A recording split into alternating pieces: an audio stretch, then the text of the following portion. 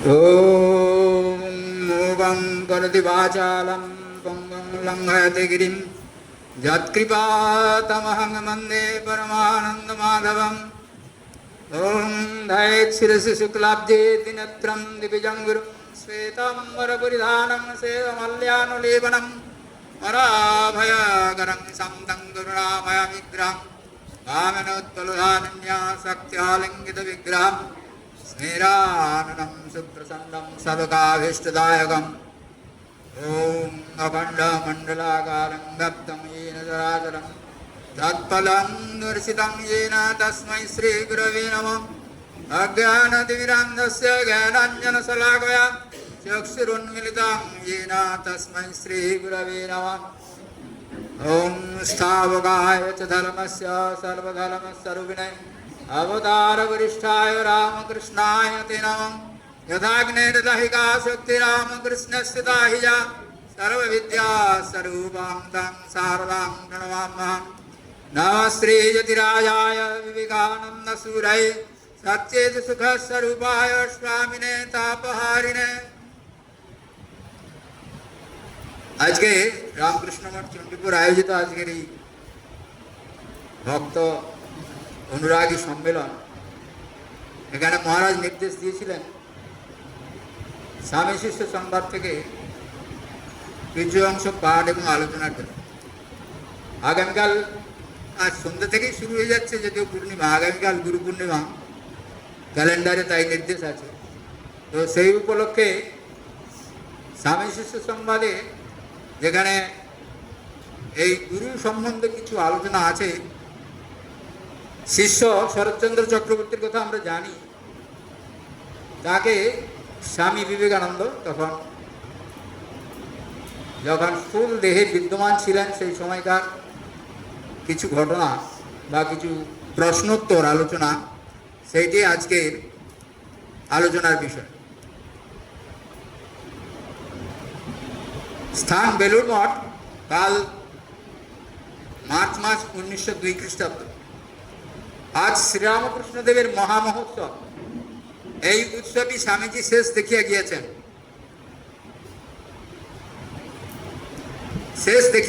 মানে স্বামীজি 1902 খ্রিস্টাব্দে 4 জুলাই স্থূল দেহ ত্যাগ করেছিলেন, আমরা সকলে জানি। আর এটা মার্চ মাস, কিছুদিন আগের ঘটনা। তাই এটাই স্বামীজির দেখা শেষ মহামহোৎসব, মানে শ্রী শ্রী ঠাকুরের জন্মতিথিতে যে উৎসবটা বেলুড় মঠে হতো এবং হয়ে আসছে এখন। উৎসবের কিছু পূর্ব হইতে স্বামীজির শরীর অসুস্থ, উপর হইতে নামেন না, চলিতে পারেন না, পা ফুলিয়াছে। ডাক্তারেরা বেশি কথাবার্তা বলিতে নিষেধ করিয়াছেন। শিষ্য শ্রী শ্রী ঠাকুরের উদ্দেশ্যে সংস্কৃত ভাষায় একটি স্তব রচনা করিয়া উহা ছাপাইয়া আনিয়াছে শিষ্য, মানে শরৎচন্দ্র চক্রবর্তী। আসিয়াই স্বামী পাদপদ্ম দর্শন করিতে উপরে গিয়াছে। স্বামীজি মেঝেতে অর্ধসাহিত অবস্থায় বসিয়াছিলেন। শিষ্য আসিয়াই স্বামীজির শ্রী পাদপদ্ম হৃদয়ে ও মস্তকে স্পর্শ করিল এবং আস্তে আস্তে পায়ে হাত বুলাইয়া দিতে লাগিল। স্বামীজি শিষ্যরচিত স্তবটি পড়িতে আরম্ভ করিলেন। পড়িতে আরম্ভ করিবার পূর্বে তাহাকে বলিলেন, খুব আস্তে আস্তে পায়ে হাত বুলিয়ে দে, পা ভারী কাটিয়েছে। শিষ্য তদনুরূপ করিতে লাগিল। স্তব পাঠান্তে স্বামীজি হৃষ্টচিত্তে বলিলেন, বেশ হয়েছে। শ্রী শ্রী ঠাকুরের নামে যে স্তবটা শিষ্য শরৎচন্দ্র চক্রবর্তী নিজে লিখে এনেছিলেন, সেইটি পাঠ করার পরে স্বামীজি শুনলেন। শোনার পরে বলছেন বেশ হয়েছে, মানে সেটা শুনে তিনি আনন্দ পেয়েছেন এবং তাকে বাহবা দিচ্ছেন। স্বামীজির শারীরিক অসুস্থতা এত দূর বাড়িয়াছে যে তাহাকে দেখিয়া শিষ্যের বুক ফাটিয়া কান্না আসিতে লাগিল। একটু লক্ষ্য করবার বিষয়, শিষ্য নিজের কথা হয়তো নিজে বলছেন ঠিকই, কিন্তু স্বামীজির এই অল্প বয়স, মানে তখনও 40 বছরে পদার্পণ করেননি, সেই সময় তার শারীরিক যে দুরবস্থাটা, এটা দেখে শিষ্যের মনে কি গভীর দাগ, ক্ষত সৃষ্টি করছে। আকুল কান্না বেরিয়ে এসছে তার হৃদয় থেকে নিঃসারিত হচ্ছে। এইটি এখানে বক্তব্য বিষয় যে আমরা কি এরকম ভাবে কখনো অভিভূত হয়ে আগুলি বিগুলি করে কাঁদতে পেরেছি? শিষ্যের এমন কেসে বিবেকানন্দ স্বামীজি তার কাছে তার শিষ্য, তিনি সেটা ঠিক আছে, কিন্তু তিনি এমনকে আপনজন আত্মীয় স্বজন যে তার জন্য এতই আকুল ভাবে কান্না তার, এটা আমরা একটু গভীরভাবে ভাবতে পারি। স্বামীজি শিষ্যের মনোভাব বুঝতে পারি, আর কি ভাবছিস, শরীরটা জন্মেছে আবার মরে যাবে, তোদের ভিতরে আমার ভাবগুলির কিছু কিছুও যদি ঢুকোতে পেরে থাকি তাহলেই জানবো দেহটা ধরা সার্থক হয়েছে। শিষ্য বলছেন, আমরা কি আপনার দয়ার উপযুক্ত আধার? নিজ গুণে দয়া করিয়া যাহা করিয়া দিয়েছেন তাহাতেই নিজেকে সৌভাগ্যবান মনে হয়। স্বামীজি তার প্রতি কৃপা করে, শিষ্যের প্রতি কৃপা করে যা করে দিয়েছেন তাতে নিজেকে তিনি সৌভাগ্যবান মনে করছেন। স্বামীজি বলছেন, সর্বদা মনে রাখিস ত্যাগই হচ্ছে মূল মন্ত্র। এই একটি শব্দ খেয়াল করুন, ত্যাগ।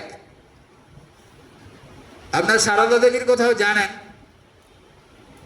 রামকৃষ্ণদেবের সম্বন্ধে বলতে গিয়ে ভক্তরা যত কথা বলে, মহামনীষীগণ তদানীন্তনকালে যত কথা বলেছেন, সারদা দেবী সবার কথা প্রায় নাকচ করে দিয়ে বলেছিলেন রামকৃষ্ণদেব এ যুগে এসেছিলেন ত্যাগ শিখাতে, ত্যাগ। ভগবত গীতার কি অর্থ, গভীর মর্মার্থ কি, এ কথা বলতে গিয়ে রামকৃষ্ণদেব বলছিলেন, গীতাটা শব্দটা 10 বার করে উচ্চারণ করলে যা হয়, আপনারা উচ্চারণ করে দেখেছেন হয়তো অনেকেই, গীতা গীতা বলতে বলতে ত্যাগই হয়ে যায়। সেই ত্যাগই মানে ত্যাগ ই হচ্ছে গীতার সার কথা। আর সারদা দেবী বলছেন, রামকৃষ্ণদেব জগৎকে ত্যাগের মন্ত্র শিখাতে এসেছিলেন। ত্যাগই হচ্ছে শ্রীরামকৃষ্ণ অবতারে একটি বিশেষ বা সর্বোচ্চ বৈশিষ্ট্যের কথা বলা হয়েছে। এই মন্ত্রে দীক্ষিত না হলে ব্রহ্মাদিরও মুক্তির উপায় নাই। শিষ্য বলছেন, মহাশয়, আপনার শ্রীমুখ হইতে এই কথা নিত্য শুনিয়া এতদিনে উহার ধারণা হইল না, সংসার আসক্তি গেল না, ইহা কি কম পরিতাপের কথা? আশ্রিত দিন সন্তানকে আশীর্বাদ করুন, যাহাতে শীঘ্র উহা প্রাণে প্রাণে ধারণা হয়। স্বামীজি, ত্যাগ নিশ্চয় আসবে, তবে কি জানিস, কালে না আত্মনি বিন্দতি। সংস্কৃত কথা, কাল হলে, সময় হলেই নিজ আত্মাতেই সেই লাভ হবে, সময় না এলে হয় না। কতগুলি প্রাক জন্ম সংস্কার কেটে গেলেই ত্যাগ ফুটে বেরোবে। প্রাক জন্ম সংস্কার, আমরা অনেক অনেক জন্ম অতিক্রম করে এই দুর্লভ মনুষ্য জন্ম লাভ করেছি, এবং পূর্ব জন্মের যত সংস্কার তার এই জন্ম কিছু কিছু থেকে যায়, ছাপ রেখে যায়, সেইগুলো কেটে না গেলে পরে ওই ত্যাগের ব্যাপারটা কিছুতেই ধারণায় আসে না, আর আচার ব্যবহারও ফুটে বেরোয় না। কথাগুলি শুনিয়া শিষ্য অতি কাতরভাবে স্বামীজির পাদপদ্ম ধারণ করিয়া বলিতে লাগিল, মহাশয়, এ দিন দাসকে জন্মে জন্মে পাদপদ্মে আশ্রয় দিন, ইহাই একান্ত প্রার্থনা। আপনার সঙ্গে থাকিলে ব্রহ্মজ্ঞান লাভেও আমার ইচ্ছা হয় না। ব্রহ্মজ্ঞান লাভেরও ইচ্ছা নাই, কেবল স্বামীজির পদপ্রান্তে বসে থাকবে, স্বামীজির আশীর্বাদ প্রাপ্ত হবে, তার সেবা করবে, এই হচ্ছে শিষ্যের একান্ত ঐকান্তিক আগ্রহ। স্বামীজি উত্তরে কিছুই না বলিয়া অন্যমনস্ক হইয়া কি ভাবিতে লাগিলেন। শিষ্যের মনে হইল তিনি যেন দূরদৃষ্টি চক্রবালে তাহার ভাবি জীবনের ছবি দেখিতে লাগিলেন। খেয়াল করে দেখুন, ভাবি জীবন, আর কয়েকদিন কিছুদিনের পরেই তো তার সেই স্থূল দেহ ত্যাগ হয়ে যাবে। তাই শিষ্য যেন ভাবছেন যে স্বামীজি এক দৃষ্টিতে অন্যদিকে তাকিয়ে রয়েছেন, ভাবি জীবনের ছবি তার দৃষ্টিতে ধরা পড়ছে। এটা আমি আপনি নয় যে আমাদের এখন কি হবে, পরের দিন কি হবে, আর ভাবি জীবন কি হবে, আমার কিছুই জানি না, কিন্তু তারা তো ত্রিকালদর্শী পুরুষ, তাই তাদের কাছে এই ব্যাপারটা প্রতি জল ভাত। শিষ্যের মনে হইল তিনি যেন দূরদৃষ্টি চক্র বলে তাহার ভাবি জীবনের ছবি দেখিতে লাগিলেন। কিছুক্ষণ পরে বলিলেন, লোকের গুলতন দেখে কি আর হবে, আজ আমার কাছে থাক, আর নিরঞ্জনকে ডেকে দে, ডেকে দৌড়ে বসিয়ে দে, কেউ যেন আমার কাছে এসে বিরক্ত না করে। ওই যে একটু আগে আমরা বলেছিলাম, স্বামী ওইখানে সাগরের জন্মতিথিতে বেলুড় মঠে মহা মহোৎসব হচ্ছে, হাজার হাজার লোকের মানে সম্মেলন। শিষ্য দৌড়িয়া গিয়া স্বামী নিরঞ্জনানন্দকে স্বামীজির আদেশ জানাইল। তিনিও সকল কার্য উপেক্ষা করিয়া মাথায় পাগড়ি বাঁধিয়া হাতে লাঠি লইয়া স্বামীজির ঘরের দরজায় সম্মুখে আসিয়া বসিলেন। যথা হুকুম নিরঞ্জনানন্দ স্বামীজির দরজার কাছে বসে রইলেন। অনন্তর ঘরের দ্বার রুদ্ধ করিয়া শিষ্য পুনরায় স্বামীজির কাছে আসিল। মনের সাধে আজ স্বামীজির সেবা করিতে পারিবে ভাবিয়া তাহার মন আনন্দে উৎফুল্ল। স্বামীজির পদসেবা করিতে করিতে সে বালকের ন্যায় যত মনের কথা স্বামীজিকে খুলিয়া বলিতে লাগিল, স্বামীজিও হাস্যমুখে তাহার প্রশ্নাদির উত্তর ধীরে ধীরে দিতে লাগিলেন। এইরূপে সেদিন কাটিতে লাগিল। ভগবদ্গীতার একটি কথা মনে পড়ছে, সেখানে ৪র্থ অধ্যায়ে ভগবান বলছেন যে শিষ্য কিভাবে শিক্ষা লাভ করবে, জানবে, সেটা হচ্ছে শিষ্য শুনবে কি না সেবার দ্বারা, প্রশ্নের দ্বারা আর তার কৃপার দ্বারা। এভাবেই সে তত্ত্বজ্ঞান লাভ হবে। আমরা পরে সে প্রসঙ্গে আসবে যখন গুরুর কথায় আসবে। তো যাই হোক, এখন যেটা পড়ছিলাম সেটা হলো, অনন্তর ঘরের দ্বার রুদ্ধ করিয়া শিষ্য পুনরায় স্বামীজির কাছে আসিল। মনের সাথে আজ স্বামীজির সেবা করিতে পারিবে ভাবিয়া তাহার মনে আনন্দে উৎফুল্ল। স্বামীজির পদসেবা করিতে করিতে সে বালকের ন্যায় যত মনের কথা স্বামীজিকে খুলিয়া বলিতে লাগিল, আর স্বামীজিও হাস্যমুখে তাহার প্রশ্নাদির উত্তর ধীরে ধীরে দিতে লাগিলেন। এইরূপে সেদিন কাটিতে লাগিল। স্বামীজি বলছেন, আমার মনে হয় এভাবে এখন আর ঠাকুরের উৎসব না হয়ে অন্যভাবে হয়তো বেশ হয়। একদিন নয়, ৪-৫ দিন ধরে উৎসব হবে। প্রথম দিন হয়তো শাস্ত্রাদি পাঠ ও ব্যাখ্যা হলো, দ্বিতীয় দিন বেদ বেদান্তাদির বিচার ও মীমাংসা হলো, তৃতীয় দিন প্রশ্নোত্তর কোশ্চেন ক্লাস হবে, তারপরের দিন চাই কি লেকচার বক্তৃতা হলো, শেষ দিনে এখন যেমন মহোৎসব হয় তেমনি হলো। দুর্গাপূজা যেমন ৪ দিন ধরে হয়, এই তেমনি। এইরূপে উৎসব করলে শেষ দিন ছাড়া অপর কয়েকদিন অবশ্য ঠাকুরের ভক্তমণ্ডলী ভিন্ন আর কেউ বোধ হয় বড় একটা আসতে পারবে না। তা নাই বা এলো। বহু লোকের গুলতন হলেই যে ঠাকুরের ভাব খুব প্রচার হলো তা তো নয়। মানে মঠে হোক বা যেখানেও সভায় সমিতিতে বহু উৎসবে আমরা দেখেছি অনেক লোকের ভিড়, আমদানি, বহু লোক আসছে যাচ্ছে। তো স্বামীজি বলছেন, বহু লোক আমদানি হলো, উৎসবে জমায়েত হলো, সকলেই কি আর ঠাকুরের ভাব নিয়ে আসবে না ভাব চিন্তা ভাবনা নিয়ে মগ্ন থাকবে? কিছু ২-৪ জন থাকবে। সেই যেমন গীতায় বলছে না, মনুষ্যানাম শাস্ত্রেষু কশ্চিৎ যততি সিদ্ধয়ে যততামপি সিদ্ধানাম কশ্চিৎ মাং বেত্তি তত্ত্বতা। হাজার হাজার মানুষের মধ্যে বাই চান্স ২-৪ জন আমার কথা ভাবে, আর যারা ভাবে তাদের হাজার হাজারের মধ্যে বাই চান্স ২-১ জন কেউ কেউ আমাকে ঠিক ঠিক জানতে পারে। তো সেরকমই আর এই ব্যাপারটা। শিষ্য বলছেন, মহাশয়, ইহা আপনার সুন্দর পরিকল্পনা, আগামীবারে তাহাই করা যাইবে, আপনার ইচ্ছা হইলে সব হইবে। আর স্বামীজি বলছেন, আর বাবা ওসব করতে মন যায় না, এখন থেকে তোরা ওসব করিস। আবার একটা ইঙ্গিত, এখন থেকে তোরা ওসব করিস। আর ২-৩ মাসের মধ্যেই স্বামীজি স্থূল দেহ ত্যাগ করবেন, তাই বলছেন তোরা যা করার করিস। শিষ্য বলছেন, মহাশয়, এবার কীর্তনের অনেক দল আসিয়াছে। এই কথা শুনিয়া স্বামীজি উহা দেখিবার জন্য ঘরের দক্ষিণ দিকের মধ্যের জানালার রেলিং ধরিয়া উঠিয়া দাঁড়াইলেন এবং সমাগত অগণিত ভক্তমণ্ডলীর দিকে চাহিয়া রহিলেন। অল্পক্ষণ দেখিয়াই আবার বসিলেন। দাঁড়াইয়া কষ্ট হইয়াছে বুঝিয়া শিষ্য তাহার মস্তকে আস্তে আস্তে ব্যজন করিতে লাগিলেন, বাতাস করতে লাগলেন। স্বামীজি বলছেন, তোরা হচ্ছিস ঠাকুরের লীলার অভিনেতা। এরপরে আমাদের কথা তো ছেড়েই দে, লোকে তোদেরও নাম করবে।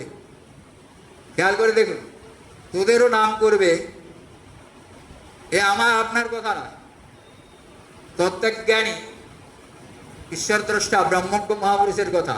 আর খেয়াল করুন, তা আজকে সত্য। আমরা এই স্বামী শিষ্য সংবাদ শরৎচন্দ্র চক্রবর্তীর কথা আলোচনা করছি, পড়ছি, শুধু এখানে বলে নয়, সারা পৃথিবীতে মঠ মিশনের কত সেন্টার হয়েছে, আর আমাদের অগণিত ভক্তমণ্ডলী যারা অনুরাগীবৃন্দ তারা এইসব পড়ছে, শুনছে, জানছে। তাহলে স্বামীজির কথা মিথ্যা হয়নি। স্বামীজির কথা মানে ওই রবীন্দ্রনাথের কথা আছে না, রবীন্দ্রনাথ কার কথায় যেন পড়েছিলাম, ঋষির নয়ন মিথ্যা হারে না, ঋষির রসনা মিছে না কহে। কালিদাসও বলছেন কুমার সম্ভবে, নাহি ঈশ্বর ব্যাহৃত এক কথাঞ্চিত পুষ্ণন্তি লোকে বিপরীতম অর্থম। ঈশ্বর ব্রহ্মজ্ঞ মহাপুরুষের মুখের কথা কখনো মিথ্যা হতে পারে না। আরো অনেক ঘটনা আপনার জানেন, সব বলছি না।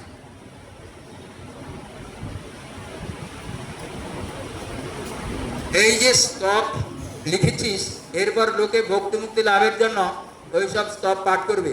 জানবে আত্মজ্ঞান লাভই পরম সাধন। অবতার পুরুষরূপী জগৎগুরুর প্রতি ভক্তি হলে এই জ্ঞান কালে আপনি ফুটে বেরোবে। অবতার পুরুষরূপী জগৎগুরু,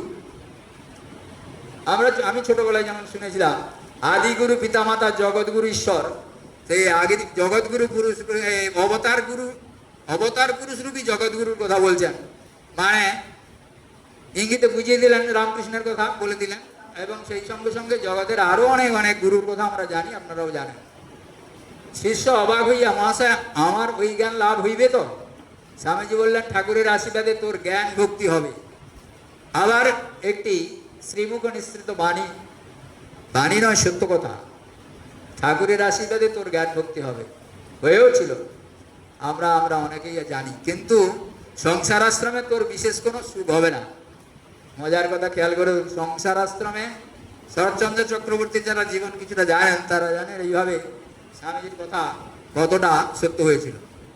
শিষ্য বিষণ্ণ চিন্তিত ভাবে বলছেন, আপনি যদি দয়া করিয়া মনের বন্ধনগুলি কাটিয়ে দেন তবেই উপায়, নতুবা এই দাসের উপায়ান্তর নাই। আপনি শ্রীমুখের বাণী দিন, যেন এই জন্মেই মুক্ত হয়ে যায়। স্বামীজি বলছেন, ভয় কি? যখন এখানে এসে পড়েছিস তখন নিশ্চয় হয়ে যাবে। শিষ্য স্বামীজির পাদপদ্ম ধরিয়া কাঁদিতে কাঁদিতে, খেয়াল করে দেখুন শিষ্যের কান্নার কথা। আমাদের কজনের ভাগ্যে এরকম ঘটনা ঘটেছে যে এরকম সে স্বামীজি হোক বা এরকম ব্রহ্মজ্ঞ মহাপুরুষদের সান্নিধ্য লাভ করে চোখে জল এসে গিয়েছে, কান্না। অসম্ভব ব্যাপার। আমি তো আমার কথা বলতে পারি, অসম্ভব একেবারে ব্যাপার। আপনাদের কথা আমি জানা নাই। তো যাই হোক, এখন এবার আমায় উদ্ধার করিতে হইবেই হইবে। শিষ্য প্রার্থনা করছেন কেঁদে কেঁদে, এবার আমার উদ্ধার করিতেই হইবে হইবে। স্বামীজি বলছে, কে কার উদ্ধার করতে পারে বল? গুরু কেবল কতগুলি আবরণ দূর করে দিতে পারে। ওই আবরণগুলো গেলেই আত্মা আপনার গৌরবে আপনি জ্যোতিষ্মান হয়ে সূর্যের মতো প্রকাশ পান। এইখানে একটি কথা প্রসঙ্গক্রমে বলি, সেটা হচ্ছে গুরু কাকে বলে, কে গুরু হতে পারেন। এ বিষয়ে শাস্ত্রে কিছু কথা আছে। সেই কথাগুলোর মধ্যে থেকে আমি দু একটা কথা এখানে আছে আমার কাছে। গৃণাতি উপদিশতি বেদাদি শাস্ত্রাণী, এই অর্থে উপদেশ করা অর্থে গৃ ধাতু থেকে গুরু শব্দ নিষ্পন্ন। আরেকটি আছে গৃ ধাতু যখন স্তব করা স্তুতি করা অর্থে, সেখান থেকেও গুরু শব্দ উৎপন্ন হয়েছে বলে বলা হয়েছে। গিরিজাতে স্তুয়াতে দেবগন্ধর্ব মনুষ্যাদিবি ইতি গুরু। কিন্তু ব্যবহার হচ্ছে এর চাইতো আরো একটি শব্দ, মানে যে বর্ণগুলো গুরু শব্দের মধ্যে আছে, গকার উকার রকার উকার, এই বর্ণগুলোর বিশেষ বিশেষ অর্থ আছে।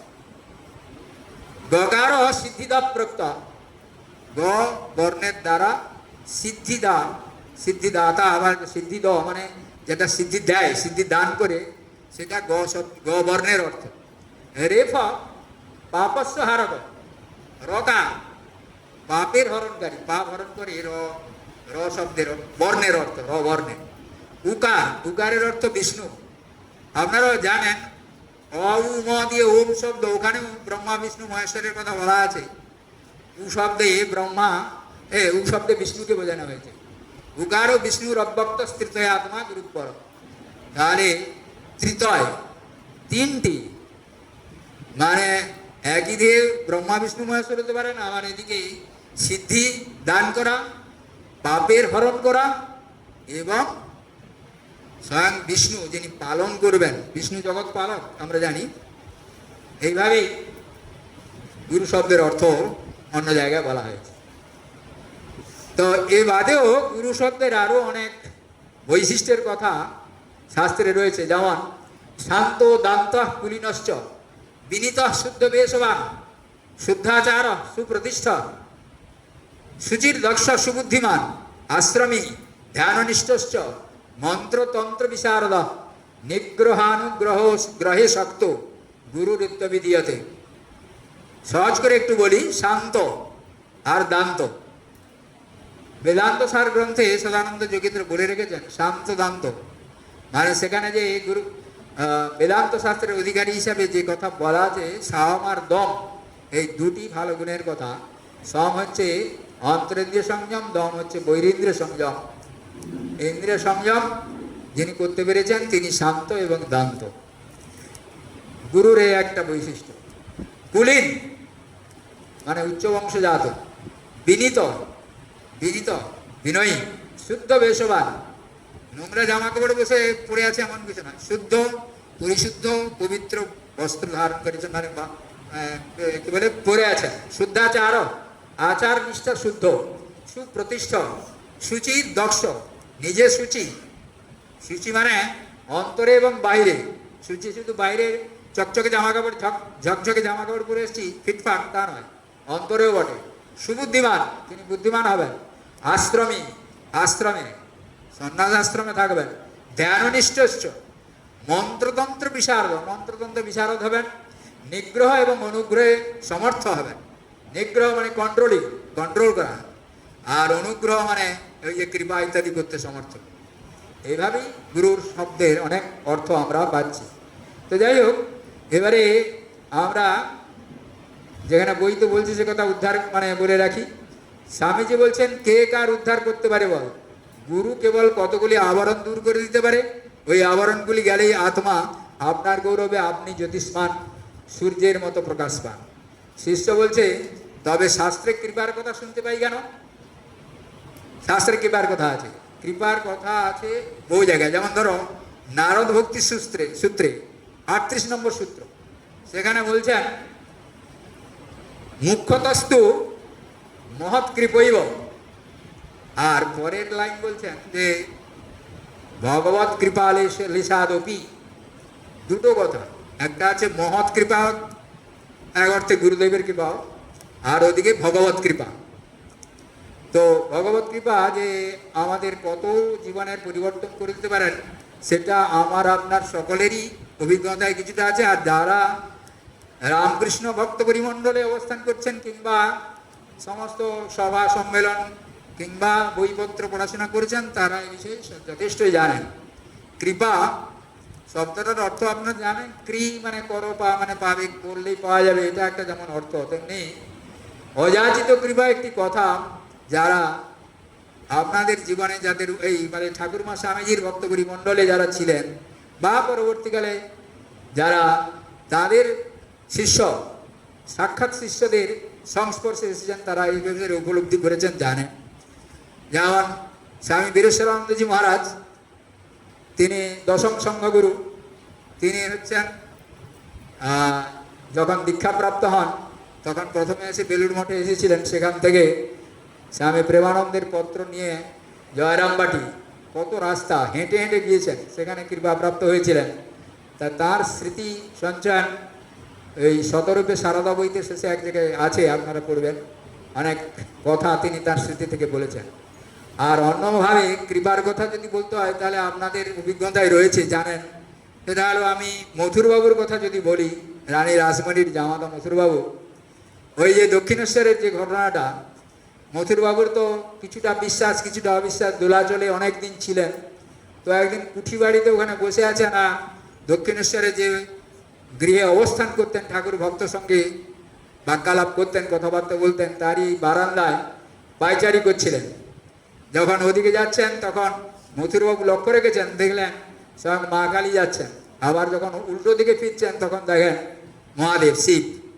তো এইটা মথুরবাবু একবার নয়, চোখ টোক মুছে আবার দেখলেন, আবার দেখলেন, আবার দেখলেন। কয়েকবার দেখার পরে মানে প্রথমে ভ্রম হয়েছে বলে মনে হচ্ছিল, তারপরে যখন বললেন না ভ্রম নয়, তখন তিনি দৌড়ে এসে ঠাকুরের পা জড়িয়ে ধরে শুয়ে বললেন, মানে ভূমিষ্ঠ ফুলুণ্ডিত প্রণাম। বলে কিরে তুই কী করছিস, হে তুমি কি করছো, ওঠো ওঠো ওঠো। তা বলছে না না আমি আজকে যা দেখলাম, এই যে ব্যাপারটা যে ঘটনাটা বললাম ওইটা তাকে বলাতে বলছে কই আমি কি জানি। তা যাই হোক, এই যে অযাচিত কৃপা চেয়েছেন কি মথুরবাবু বলেছেন আমাকে দেখা দিন, আমাকে কৃপা করুন, আমাকে অমুক করুন তুমুক করুন, কিছুই বলেননি। এই অযাচিত কৃপা আমরা আরও অনেক ঘটনা জানি। যেমন ওই শিবুদাদার ঘটনা আপনারা জানেন, মায়ের যে মানে ভাসুরের ছেলে শিবুদাদার ঘটনা আপনারা জানেন। তো ওই যে এতে যাওয়ার পথে মানে জয়রামবাটিতে যাচ্ছেন, তো সেখানে যাওয়ার পথে শিবুদাদার সঙ্গে ছিল, রাস্তায় গিয়েছেন, সন্ধ্যা হয়ে আসছে, কি বললেন শিবুদাদা, কি বললেন যে দাঁড়িয়ে পড়েছেন, যাচ্ছেন না।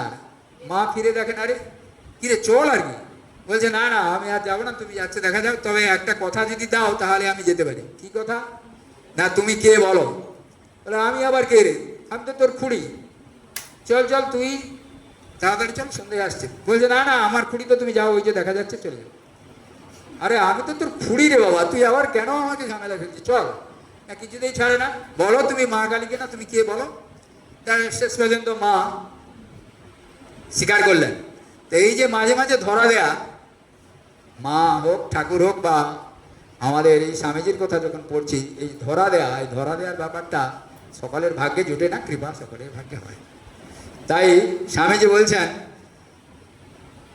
কৃপা মানে কি জানিস, যিনি আত্মসাক্ষাৎকার করেছেন তার ভেতরে একটা মহাশক্তি খেলে, তাকে সেন্টার করে কিছু দূর পর্যন্ত নিয়ে যে একটা সার্কেল বা বৃত্ত তৈরি হয়, সেই সার্কেলের ভেতরে যারা এসে পড়ে তারা ওই আত্মবিদ সাধুর ভাবে অনুপ্রাণিত হয়, অথবা অর্থাৎ ওই সাধুর ভাবে তারা অভিভূত হয়ে পড়ে। সুতরাং সাধন ভোজন না করেও তারা অপূর্ব আধ্যাত্মিক ফলের অধিকারী হয়। একে যদি কৃপা বলিস তো বল। এই যে কথাটা অপূর্ব সাধন ভোজন না করেও, সাধন ভোজন না করেও তারা অপূর্ব আধ্যাত্মিক ফলের অধিকারী হয়। কঠোপনিষদের একটি মন্ত্র, প্রথম অধ্যায়ের দ্বিতীয় বলে 23 নম্বর মন্ত্র আমার মনে পড়ছে, সেখানে আছে নায়ম আত্মা প্রবচনে না লভ্য ন মেধয় আনো বহু না শ্রুতে না জমে বৈশব বৃণুতে তে না লভ্য তস্যৈষ আত্মা বিবৃণুতে তনুম শ্যাম। ব্যাপারটা হচ্ছে কি, আত্মা অনেক পড়াশোনা করেছি, আমি অনেক পণ্ডিত, অনেক জ্ঞানী, ভগবান লাভ হবে না। বহু না শ্রুতে ন, অনেক শ্রবণ করছি, এই ধরনের সবাই বসে আছি, অনেক বক্তৃতা শুনেছি, অনেক সভা সমিতিতে যোগদান করেছি, বইপত্র পড়েছি, না তাতেও হবে না। তাহলে কিভাবে হবে? এটা নিষেধ মুখে উপনিষদ বলে দিল, এটা হবে না, এ দ্বারা হবে না, ওর দ্বারা হবে না, এর দ্বারা হবে না। তাহলে কিভাবে হবে? বলছেন জমে বৈশব বৃণুতে না লভ্যা, জম এব। উপনিষদে ঋষি বলছেন জম এব, এই এব শব্দের একটা গুরুত্ব আছে এখানে, বিশেষ গুরুত্ব। শঙ্করাচার্য তার ভাষ্যে বলেছেন, বলছেন এব মানে যাকেই তিনি কৃপা করেন, বরণ করে নেন, সেই তাকে দেখতে পায়। রামায়ণের সেই কাহিনীটা আপনারা জানেন, অশ্বমেধ যজ্ঞের পরে যখন ঘোড়া ছেড়ে দেওয়া হলো, কোথাও ঘোড়া আর কেউ আটকায়নি, কিন্তু লবকুশ বাল্মীকির আশ্রমে ছিল, সে ঘোড়া আটকেছে। লক্ষণের সঙ্গে যুদ্ধ হলো, যুদ্ধে লক্ষণকে হারিয়ে দেওয়া হলো। রামচন্দ্র জানতে পেরে গেলেন, রামচন্দ্র দেখেই চিনতে পেরেছেন, বাৎসল্য রস উপজিত হয়েছে, কিন্তু সামনাসামনি কিছু বলেননি। যুদ্ধ হলো, যুদ্ধে রামচন্দ্র হেরে গেলেন, ব্র্যাকেটে ব্র্যাকেটে বন্ধনের মধ্যে ইচ্ছাকৃত, ইচ্ছাকৃত। তারপরে মায়ের কাছে যখন গেল, রামচন্দ্রকে নিয়ে গেছে, বলে আরে কাকে এনেছিস, কি ব্যাপার, সে ঘটনা ঠিক আছে। এখানে যেটা আমার বক্তব্য সেটা হলো, রামচন্দ্র বলছেন ওরে কুশীলব করিস কি গৌরব, ধরা না দিলে পারিস কি ধরিতে। ধরা দিয়েছি স্বেচ্ছায়, সেমনি ঠাকুরমা স্বামীজি হোক, আমরা যা যে ভক্ত হই না কেন, ধরা না দিলে ধরা অসম্ভব ব্যাপার। অদ্যাবি লীলা করে সেই গৌর রায় কোনো কোনো ভাগ্যবানে দেখিবারে পায়, আপনারা জানেন এসব কথা। তো যাই হোক, রবীন্দ্রনাথের গানেও আছে, তুমি নাহি দিলে দেখা কে তোমায় দেখিতে পায়, তুমি না ডাকিলে কাছে সহজে কি চিত ধায়। চিত মানে চিত্ত, তুমি না দেখা দিলে আমাদের দেখাবার কোনো উপায় নেই। উপনিষদের সেই বাণীরই এই ইঙ্গিত এখানেও পেলাম, কি না জমে বৈশব বৃণতি তিন লভ্যা, তিনি তার কাছেই নিজেকে প্রকাশ করেন। এই যেমন মথুর বাবুর কাছে ঠাকুর ধরা দিলেন, মা যেমন শিবদাদার কাছে, বা আরো এরকম বহু ঘটনা জানেন, অনেক জায়গায় প্রকাশ হয়েছে। দক্ষিণ এই কে বলে রামেশ্বরমের ঘটনা আপনারা অনেকে জানেন, সেখানে তিনি নিজেকে সীতা বলে বাই চান্স মুখ ফুসকে বেরিয়ে গেছিল, এসব ঘটনা বলতে গেলে অনেক কথা চলে যায়। যাই হোক, এই কৃপার কথাটা বলতে গিয়ে এত কথা এসে গেল। শিষ্য বলছেন এছাড়া আর কোনরূপ কৃপা নাই কি মহাশয়? বলে হ্যাঁ তাও আছে। যখন অবতার আসেন তখন তার সঙ্গে সঙ্গে মুক্ত পুরুষেরা, মুখ্য পুরুষেরা সব তার লীলার সহায়তা করতে, শরীর ধারণ করতে আসেন। আমরা জানি ঠাকুরের সাক্ষাৎ শিষ্য বা যারা উচ্চকোটির ভক্ত, ঈশ্বর ভক্ত ছিলেন, তাদের সান্নিধ্যে যারা এসেছেন তারা জানেন বলরাম বসু, সাধু নাগ মহাশয়, তারপরে মাস্টারমশাই, এরকম আরও কতজন ছিলেন। আর সাক্ষাৎ শিষ্যরা তো রয়েছেন, জানেন আপনারা। বলছেন কোটি জন্মের অন্ধকার কেটে এক জন্মে মুক্ত করে দেওয়া কেবলমাত্র অবতারেরাই পারেন, একমাত্র অবতারেরা, তারাই সম্ভব তাদের পক্ষে। এরই মানে কৃপা, বুঝলি? শিষ্য আগে হ্যাঁ, কিন্তু যাহারা তাহার দর্শন পাইল না তাহার উপায় কি? স্বামীজি বলছে তাদের উপায় আছে, তাকে ডাকা। ডেকে ডেকে অনেকে তার দেখা পায়, ঠিক এমনি আমাদের মতো শরীরে দেখতে পায় এবং তার কৃপা পায়। খেয়াল করে দেখুন, আমাদের মতো শরীরে দেখতে পায়, আভাসে ইঙ্গিতে নয়, স্বপ্নে নয়, একদম সরাসরি সশরীরে। কে বুঝতে পারছেন? মা ঠাকুরের শরীর যাওয়ার পর মা যখন হাতের বালা টালা শাঁখা টাকা খুনতে গেছিলেন, ঠাকুর এসে হাত ধরে বলেননি? তা তিনি তো স্বয়ং বৈকুণ্ঠের লক্ষ্মী দেবী, সীতার স্বরূপিণী দুর্গা, জ্যান্ত দুর্গা স্বামীজি দেখেছেন। তার কথা বাদ দিলাম, আরো বহুজন, বহু ভক্ত তদানীন্তন কালে দেখেছেন একবারে সশরীরে। তাদের সেই সৌভাগ্য হয়েছিল, আমাদের তো আর সেই সৌভাগ্য হয়নি। যাই হোক, উপায় যখন বলেছেন তাকে ডাকা, সেই ডাকা ডাকিতে আমরা যদি নিজেদেরকে নিযুক্ত রাখতে পারি, অর্থাৎ ব্যাকুল হয়ে ডাকতে পারি, তাহলেই হবে। শিষ্য বলছেন মহাশয়, ঠাকুরের শরীর যাইবার পর আপনি তাহার দর্শন পাইয়াছেন কি? স্বামীজি বলছেন হ্যাঁ, দর্শন পেয়েছেন বলে ওই পোহারি বাবার একটি ঘটনা উনি সেখানে বলছেন। আমি পুরোটা পড়ছি না, সময় শেষ হয়ে এসছে। তো সেই পোহারি বাবা দীক্ষা নিবেন বলে উনি গিয়েছিলেন। হ্যাঁ, দীর্ঘদিন ধরে উনি চেষ্টা করেছেন, প্রতিবারেই ঠাকুর তাকে দর্শন দিয়েছেন। এবং শেষ পর্যন্ত স্বামীজি উপলব্ধি করলেন যে ওইখানে তার যাওয়া হবে না বা দীক্ষা নেওয়া হবে না, ওটা ভুল রাস্তা, ভুল পথ, ঠাকুরের আশ্রয় তাকে থাকতে হবে। এইভাবেই তিনি তার সেই সিদ্ধান্ত থেকে সরে এসে ঠাকুরের আশ্রয় শেষ জীবন অতিবাহিত করেছেন, সেটা আমরা সকলেই জানি। তো যাই হোক, এইভাবে গুরু সম্বন্ধে যে কথাগুলো এখানে আলোচনা করেছেন সেই সম্বন্ধে আমি কিছু আলোচনা করলাম। আরও অনেক কথা আছে, আমি আর যাচ্ছি না সেসব কথায়। শুধু এইটাই যে গুরু আমাদের কি করবেন? অন্ধকার দূর করবেন। গুরু আমাদের মনের কোটি, মানে অন্যান্য সারা জীবনের জন্মান্তরের সংস্কার কাটিয়ে সৎভাবে কি বলে সৎ পথে প্রদর্শন করে আমাদেরকে সেই লক্ষ্যে পৌঁছে দেবেন, তবেই তিনি গুরু। আর সেই গুরুর আশীর্বাদ যারা পেয়েছেন তাদের জীবন ধন্য। আর আমরা যারা কৃপাপ্রাপ্ত, মানে দীক্ষাপ্রাপ্ত, তারাও আমরা যদি সেইভাবেই নিজেদের জীবনকে তৈরি করতে পারি তাহলে নিশ্চয়ই হবে। ভগবদ্গীতার শেষ কথা সে বলছে, তমেব শরণং গচ্ছ সর্বভাবেন ভারত, সারা জীবনটা ধরে তার শরণাপন্ন হও। আর ওই শেষ উপদেশ সেটা হচ্ছে, সর্বধর্মান পরিত্যজ্য মামেকং শরণং ব্রজ, অহং ত্বং সর্বপাপেভ্যো মোক্ষয়িষ্যামি মা শুচঃ। আমরা হাজার ডাকাডাকি, হাজার চিন্তাভাবনা যাই করি না কেন, আমাদের বিদ্যা, বুদ্ধি, জ্ঞান, শক্তি, ক্ষমতা সব কিছুই অত্যন্ত সীমিত। তাই ওই ঠাকুরের, মানে ভগবদ্গীতার ভগবানের শেষ কথা মতো যদি আমরা তার শরণাগত হতে পারি, আমি কিছু জানি না, বিড়াল ছানার মতো যে উদাহরণ ঠাকুর দিয়েছেন, তার শরণাগত একান্তভাবে হওয়া ছাড়া আমার মনে হয়, আমার নিজের ব্যক্তিগত মনে হয়েছে আর কোনো রাস্তা নাই। এটাই শেষ কথা। ঠাকুর মা স্বামীজি সকলের কল্যাণ করুন। ধন্যবাদ।